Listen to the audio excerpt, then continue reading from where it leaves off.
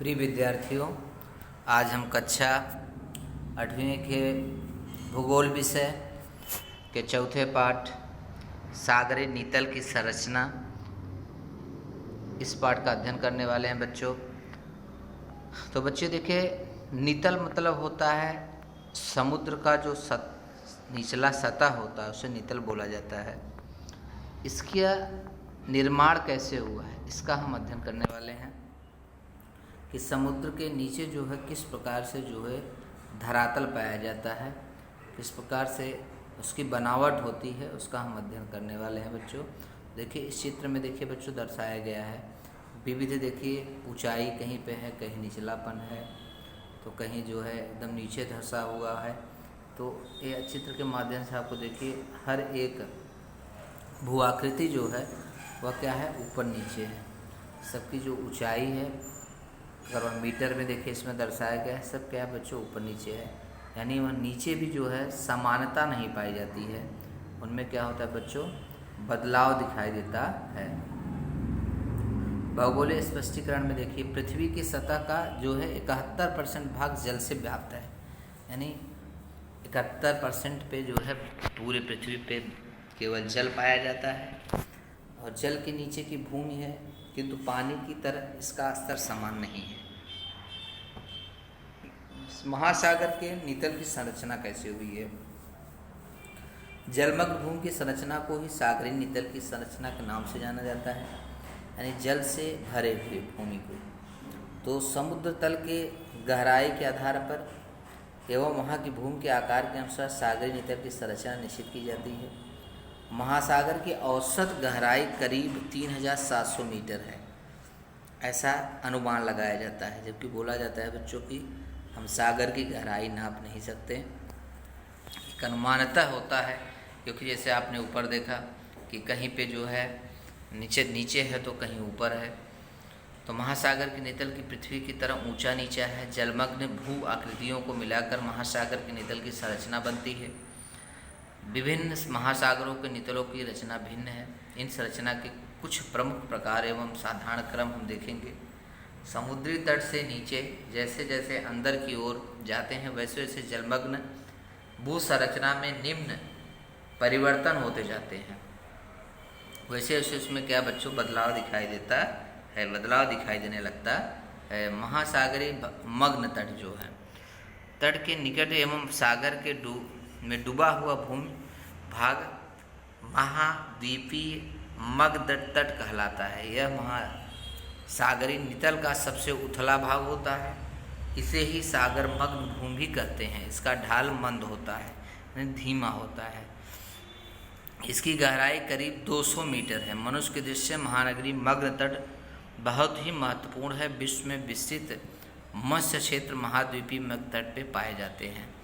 यह भाग उथला होने से सूर्य किरणें तल तक पहुंचती है और यहाँ काइयाँ पलवक पाए जाते हैं। ये मछलियों का अन्न होता है, इसलिए यहाँ मछलियाँ बच्चों अधिक पाई, जैसे मुंबई हाय, अरब सागर के महाद्वीप मग्न तट, खनिज तेल एवं प्राकृतिक गैस भी यहाँ पे क्या है मिलने के क्षेत्र हैं। महाद्वीपीय ढाल जो है समुद्र तल का, उसकी गहराई करीब लगभग जो है 200 मीटर से लेकर के 3600 मीटर तक की हो सकती है। तो कुछ स्थानों पर इसमें अधिक भी हो सकती है, कहीं पे जहाँ विस्तार अधिक कम होता जाता है। सामान्यतः महाद्वीपीय ढाल की निचली सीमा महाद्वीप की सीमा मानी जाती है।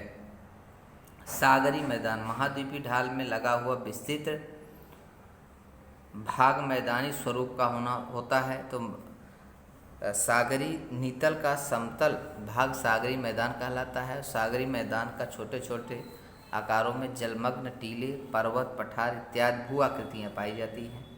सागरी पर्वत एवं पठार महासागरी नीतल पर स्थित पर्वत श्रेणियाँ जलमग्न कटक एवं जलमग्न पर्वत कहलाती हैं। यह पर्वत सैकड़ों किलोमीटर चौड़े और हजारों किलोमीटर लंबे होते हैं। इन जलमग्न पर्वत श्रेणियों को शिखर कहीं कहीं सागर की सतह पर दिखाई देती है, तो उन्हें हम सागरी द्वीपों के नाम से जानते हैं। आइसलैंड, जैसे अटलांटिक महासागर, अंडमान निकोबार द्वीप, बंगाल की खाड़ी, कुछ सागरों को शिखर समतल विस्तृत होते हैं, तो उन्हें हम सागरी पठार कहते हैं। उदाहरण जैसे हिंद महासागर में छागोस का पठार, सागरी खाइयाँ एवं सागरी सरते। सागर के निचले कुछ स्थानों पर गहरे संकरे तीव्र ढलान वाले विवर गड्ढे सदृश सागर संरचनाएं पाई जाती हैं, उन्हें सागरी खाइयाँ या गर्त कहते हैं। प्रशांत महासागर में मरियाना गर्त विश्व की सबसे गहरी गर्त है। इसकी गहराई 11,034 मीटर है। तो भूगर्भ विज्ञान की दृष्टि से मध्य महासागरीय जलमग्न पर्वत एवं गर्तें सागरी नितल की सर्वाधिक सक्रिय भाग होती हैं। यहाँ जो है भूकंप एवं ज्वालामुखी के विस्फोटों के कारण तट पर सुनामी आने का भी खतरा रहता है। सागरी निक्षेपण। सागरी नितल के विश्व के विभिन्न भागों में निचला गहरा भाग है, इसलिए यहाँ अनेक प्रकार के पदार्थों का संचयन होता है। उनका स्वरूप इस प्रकार है: छोटे बड़े आकार के पत्थर, मोती, खुदरी, रेत, मिट्टी के सूक्ष्म इत्यादि पदार्थों नदियों, हिम नदियों के द्वारा महाद्वीप से बहाकर आते हैं। मुख्यतः इनका संचयन महाद्वीपीय मग्नतट में होता है। इन पदार्थों को सागरी निक्षेपण कहते हैं। तो कुछ देखिए, प्राणियों व वनस्पतियों का अनुपात 30% होता है। इस महीन कीचड़ को सागरी पंख कहा जाता है। साथ ही कुछ ऐसे पदार्थों का संचयन भी होता है, क्योंकि बच्चों इस चित्र के माध्यम से दर्शाया गया है किस प्रकार से जो है समुद्र के द्वारा लाए गए अवशिष्ट पदार्थ, रेडियो पदार्थ, बेकार रसायनों, प्लास्टिक इत्यादि पदार्थों के कारण जलमंडल में प्रदूषण का खतरा बढ़ रहा है। देखिए सारी निक्षेपण किस प्रकार से होता है बच्चों इस चित्र के माध्यम से दर्शाया। मानवीय पदार्थों का संचयन करने से क्या समस्याएं होती हैं, इस पाठ में बच्चों जो है उसे दर्शाया गया है। तो इस चित्र को और इसको देखिए बच्चों, ध्यानपूर्वक समझिए। देखिए अवसाद, इसमें सागरी भूपट्टिकाएँ, ज्वालामुखी का निर्माण किस प्रकार से होता है, सब इसमें दर्शाया गया। तो बच्चों आज के लिए इतना ही। धन्यवाद।